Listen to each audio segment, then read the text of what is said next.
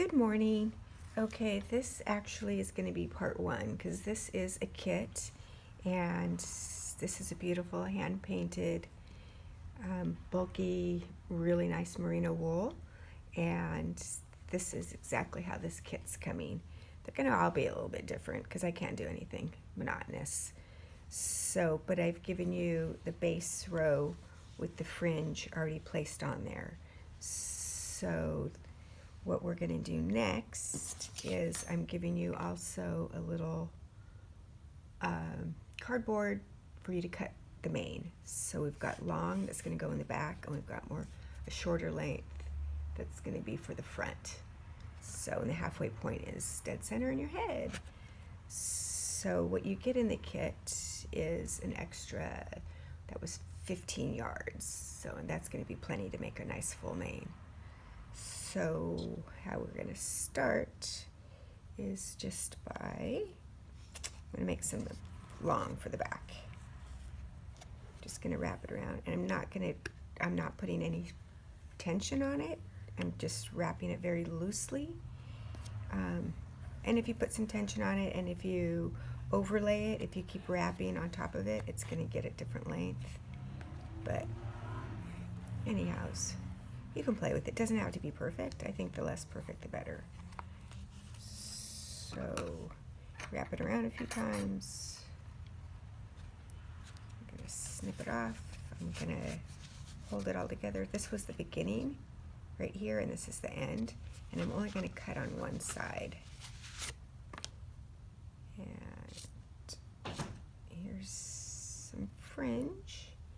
And then this is a nice thick, I love this, like an eggplant color.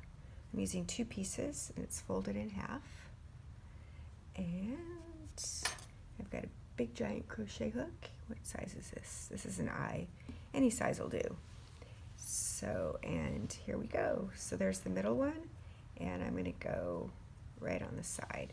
I'm only taking one loop, and I've got my 2 pieces of thread, pull it through, make a little nice loop in there, and then I'm going to reach through with the hook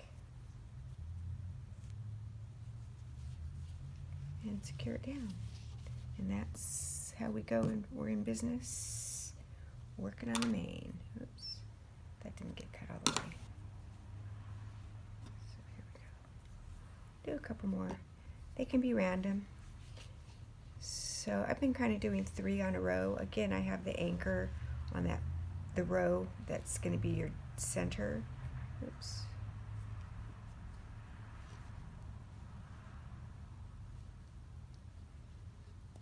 It's kind of tight sometimes. There we go. Once you get the hang of it, and I'm awkward here because I'm trying to keep it so the camera can see it. Somebody want to be my assistant and hold the camera? So I just made a couple hats for Thanksgiving, fall color. So again, I'm right in the dead center there in between my 2 base, but I'm going to make it, I like it full. I like them thick. So, and I just kind of keep it random. So we got 3, I've got 1 here. I'm going to put 2 more right in the sides right there. That's good. And you just keep going. Just keep it balanced, kind of, sort of. And again, I just use 1 thread I go under with the hook. So I pull it, and then I'm just using that kind of as my finger. You could put the hook down and just use your finger to get that finished through there. It's no big deal. Just, you know, it's a little off. No big deal. It doesn't show. And put another one right there. So this kit is up on my Etsy store. It's so hard not to keep them all. I love them all. But and I will take any special orders. The one thing about the fit on the beanie, so I'm hand knitting all these hats and then giving you the tools to finish it off. So, but I think the fit needs to be snug. So this particular hat is 17 round by 8 tall. So So this is a little big on me. I'm small, I'm 5 feet, but everybody's head is different. So this would probably work maybe for a teen also, because it's deep enough. You just don't want it small. You want it big so that it goes past your ears and to stay on, because there is some extra weight, a little weight. But happy unicorn, plain, costume, winter, super fun on the ski slopes, super fun anywhere. Have a great day. Thank you.